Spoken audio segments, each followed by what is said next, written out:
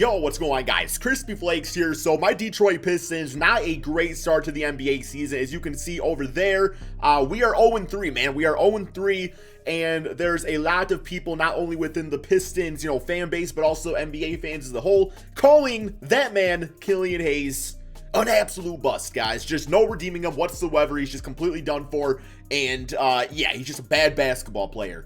For today's video, man, what we are going to do is we are going to look at both sides of the story. We are going to look at, the pros of Killian Hayes. What has he done early on in his career? Who are some other guys that maybe have gone down the same similar path?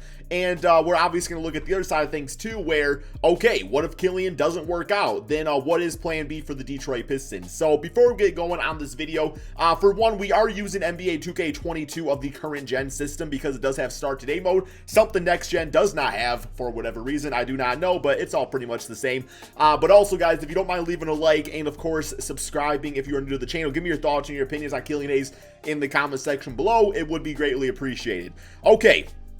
So, Killian Hayes, how we're going to handle this is obviously with Hayes, we have not seen him actually play with Cade Cunningham yet because Cade's been injured with that sore right ankle. Should be back, hopefully within the next week or so.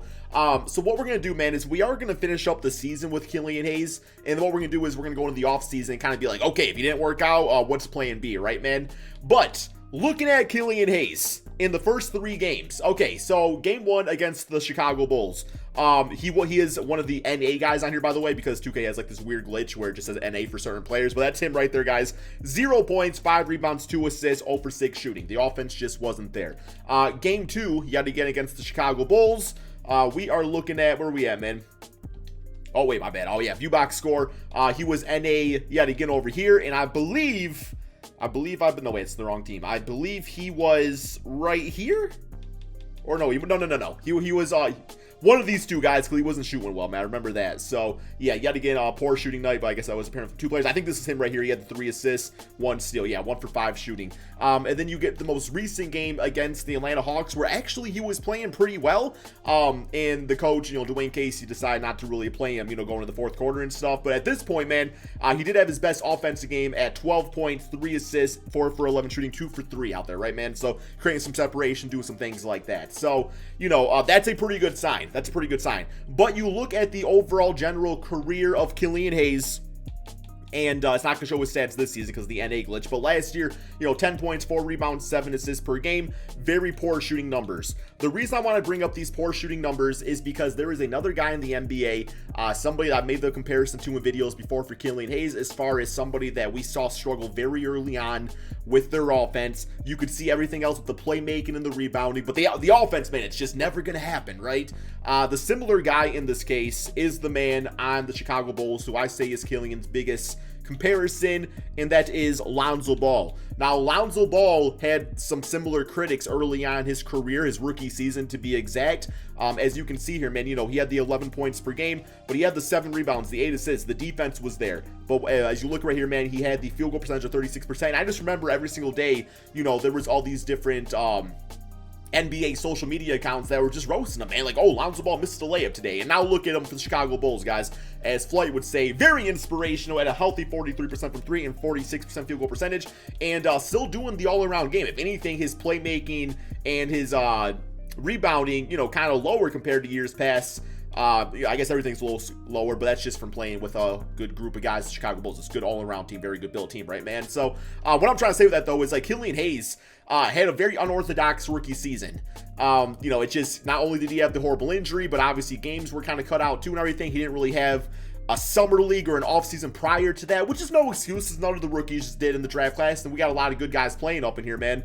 But it's just something to point out that some guys do come along a little bit slower than others, and it could simply be a case of that. So while I'm not defending how bad he's been offensively, and I do recognize that other guys in similar circumstances, especially in the draft class, have been elite, I'm just going to say that certain guys might take a little bit longer, man. So what we're going to do here is we're going to get our lineup going for the rest of this season, and yeah, bro, they don't even want to start him at this point, man. They don't want to start Killian. Come on now. Definitely got to get him some minutes out here. So we're going to get him at, he's been playing about 20 to 28 minutes per game, roughly, something like that. Yeah, let's get Magruder out here.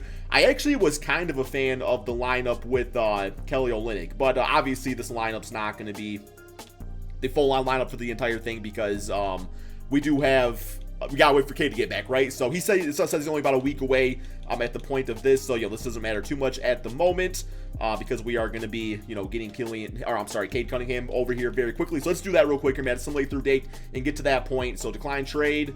Okay. So Isaiah Livers, leave rotation is, and we got Cade Cunningham fully healthy now. So adjust, I guess we'll go ahead and adjust rotation manually. So at this point now, let's do this and get him ready for his debut. So once again, they're trying not to start my dude Killian Hayes, man. Come on now, 2K. Completely disrespectful. So we'll get him at about 28 minutes per game. Cade playing a lot because obviously we want to develop him.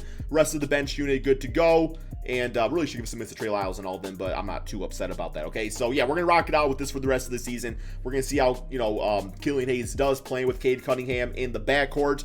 I don't imagine it's going to end too well. We're currently 2-5, so let's go ahead, guys, and simulate the rest of this NBA season and see how this team finishes out with Killian Hayes. Okay, so we are at the end of the regular season. The team played much better with Cade Cunningham, which does make sense from the #1 draft pick, finishing a record of 30-51. So I think win percentage-wise, that's right around where the Pistons were at last year. So, yeah, having Cade being injured for a portion of the games makes sense that it would kind of normalize to last year's record, right? Because he wasn't there for the beginning of the season. So, one more game against the 76ers, simulate through date, and finish with an L in the season. So, we got James Harden as MVP.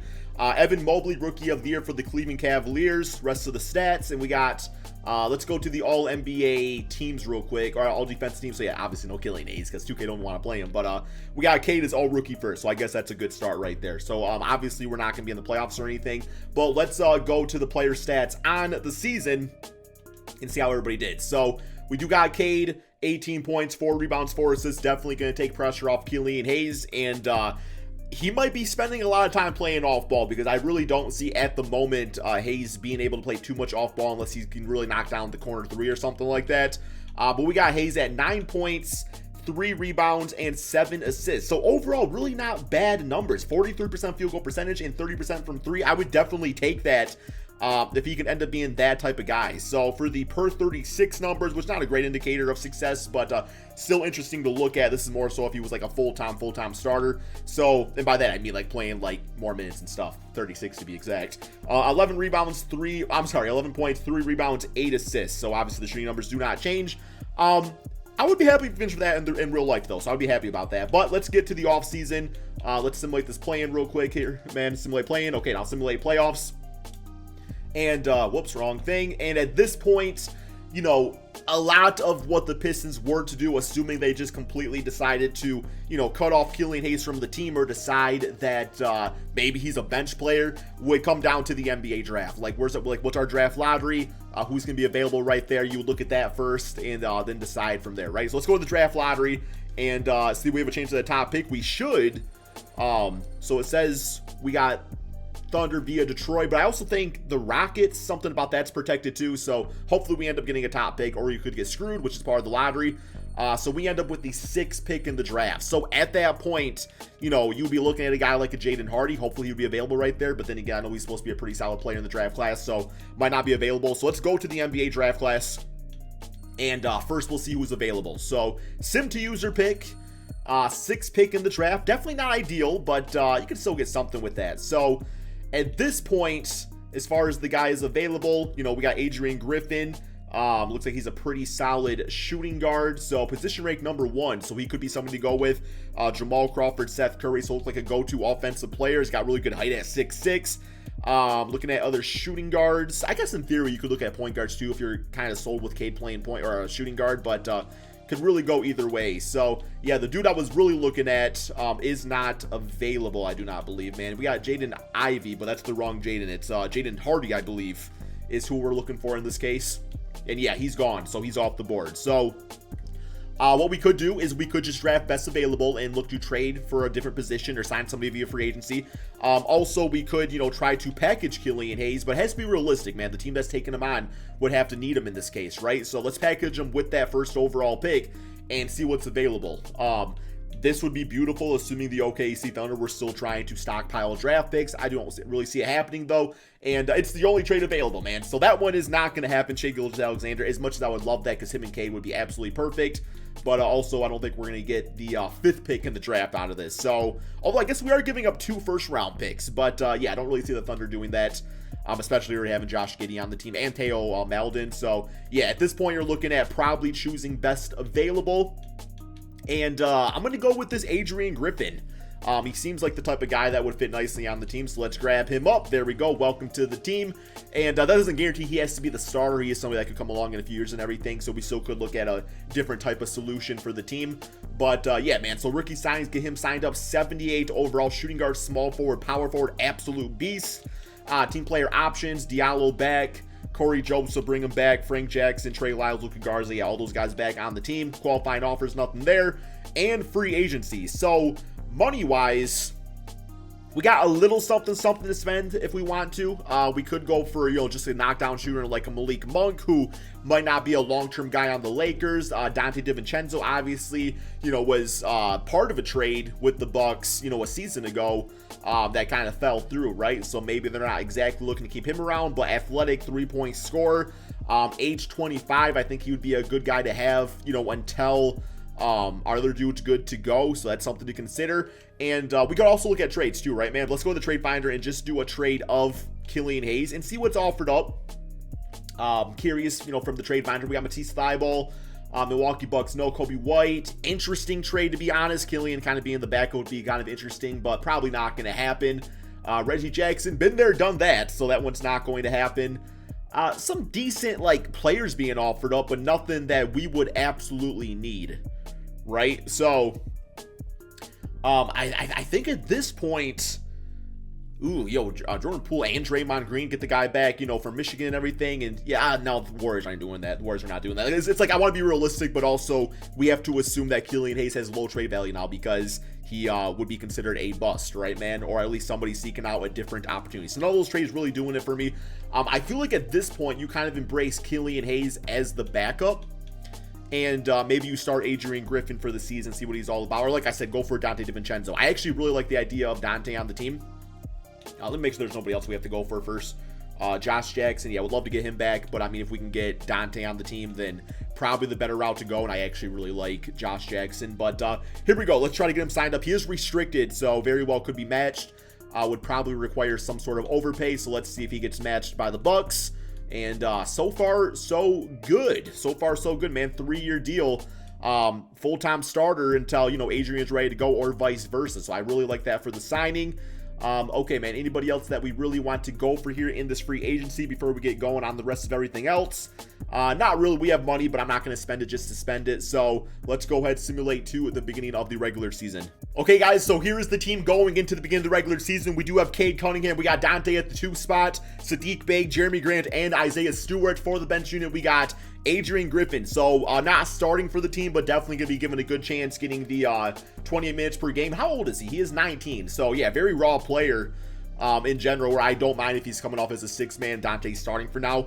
We got Olynyk. We got Killian Hayes getting about 19 minutes per game. So definitely getting shifted down to the backup point guard role, which, I mean, works with this second unit, honestly, man. It really does. Like, he doesn't have to focus heavily on offense because of having Griffin out there, Olynyk, and Diallo, so he can focus on defense and making plays for others. And, I mean, you can make a long career doing that, right, man? You can be a very good player for an NBA team with just doing that. So let's go ahead, guys, simulate this NBA season and see how this new look Pistons team can do. Okay, guys, so Cade Cunningham definitely carried this team and is up taking this team in the right direction. 48 wins. It would need to be a very impressive, second season for Cade Cunningham to really carry them to that. But look no further early on, the LaMelo Ball of the Hornets. I'm pretty sure they are undefeated, or they might have just lost their first game, I think. But regardless, he has them playing really good basketball. So here we go, simulate through date and finish with an L in the season. Joel Embiid as MVP. Kennedy Chandler getting Rookie of the Year, so Adrian did not be in a 6-man, which makes sense.